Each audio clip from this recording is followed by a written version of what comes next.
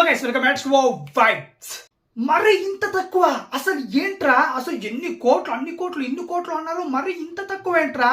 ఏదాని గురించి అనుకుంటున్నారు? What business గురించి. ఎస్, ఎట్టకేలకు వాట్ బిజినెస్ సితారా ఎంటర్టైన్మెంట్ అంటే నాగో వంశీకి అయితే ఫైనల్ అయిపోయింది భయ్యా. ఫ్యాన్ బైకే ఖాయం అయిపోయింది లాస్ట్కి అయితే. సో మొత్తానికి ఇప్పుడు మాత్రం చాలా మంది ఏంటి 80 crores కొన్నారు. ఎస్, 80 crores సితారా ఎంటర్టైన్మెంట్ ఫిక్స్ చేసుకున్నారు అనమాట డీల్ అయితే తెలుగు రాష్ట్రాల్లో మొత్తం కలిపి. సో మొత్తానికి అయితే ఇంతవరకు బాగానే ఉంది, కానీ ముందైతే 90 కోట్లకు కొన్నారు, 100 కోట్లకు కొన్నారు, ఇలా చెప్పారు కదరా. మరి ఇప్పుడు ఏంట్రా 20 కోట్లకు మాత్రమే కొన్నారు అంటూ కొన్ని కుక్కలు నవ్వుతున్నాయి. సో మొత్తానికి నేనున్నాగా ఆన్సర్ చెప్పడానికి. సో ఎందుకు కొన్నారు, ఎలా కొన్నారు, అసలు ఏంటి కథ. సో అక్కడ ఒక ఎన్ఆర్ఏ అని రాశారు. సో ఎన్ఆర్ఏ ఫుల్ మీనింగ్ ఏంటి? సో అసలు ఫిక్స్గా చెప్పు భయ్యా అంటే ఇంకా క్లియర్గా వీడియోలోకి వెళ్ళిపోదాం. సో మొత్తానికైతే 80 crores అయితే ఏపీటీజీకి ఎలాగో నానా సంఘం లాగి సెట్ చేసుకోండి భయ్య నాగవంశీ అయితే. సో ఫ్యాన్స్ కూడా చాలా మంది కోరుకున్నారు నాగవంశీకి రావాలరా భయ్యా ప్లీజ్ రా అని. ఎందుకంటే అలా ప్రమోషన్స్ చేస్తాడు అండ్ థియేటర్ని అలా లాగుతాడు. సో మొత్తానికి అందుకే మనోడిని గట్టిగా పట్టుకున్నాడు అనమాట. సో మొత్తానికి మనోడు కూడా ఫిక్స్ అయ్యి ఖచ్చితంగా కావాలని ఫిక్స్ అయ్యి కూర్చున్నాడు. మొత్తానికి 20 కోట్లు పెట్టి కొన్నాడు. అది ఎన్ఆర్ఏ కింద, గుర్తు పెట్టుకోవడం వల్ల ఎన్ఆర్ఏ కింద. సో ఎందుకురా ఇది ఎన్ఆర్ఐ అంటే ఏంట్రా అని చాలా మంది డౌట్ ఉంది. చాలా మంది కామెంట్ వల్ల తెలియజేస్తున్నారు అనమాట అక్కడ. సో చూసి అర్థమైపోయింది ఎవరికి తెలియదని. ఇది ఎన్ఆర్ఏ అంటే నాన్ రిఫండబుల్ అగ్రిమెంట్. అంటే నాన్ రిఫండబుల్ అగ్రిమెంట్ అంటే ఏంటి? సో మీరు ఈ పదం వినది చాలా తక్కువగా వినుంటారు, ఎందుకంటే చాలా మంది తక్కువ హీరోలకి ఇలాంటి పదం వస్తుంది అనమాట. ఎస్, ఇలాంటి బిజినెస్ కూడా జరుగుతుంది. సో చాలా మంది అడ్వాన్స్ బేసిస్ ఈ పదం చాలా వరకు వినుంటారు.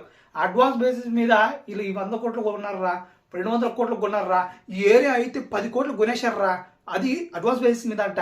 అంటే ఇక్కడ బిజినెస్ మాత్రం కనిపిస్తుంది, ఈ అడ్వాన్స్ బేసిస్ అనేది మాత్రం ఎవరికి కనపడట్లేదు. సో ఈ అడ్వాన్స్ బేసిస్ అంటే ఏంట్రా అంటే ఎన్ఆర్ఏ నాన్ రిఫండబుల్ అగ్రిమెంట్ అంటే ఏంట్రా అని క్లియర్గా మాడుకోవాలంటే, సో 80 కోట్లకి నాగవంశీ కొన్నాడు ఇప్పుడు. సో 80 కోట్లకి ఎన్ఆర్ఏ కింద ఇచ్చారు ప్రొడ్యూసర్లు. సో ఎన్ఆర్ఏ అంటే నాన్ రిఫండబుల్ అంటే 80 కోట్లు నీ సావు నువ్వు సావు.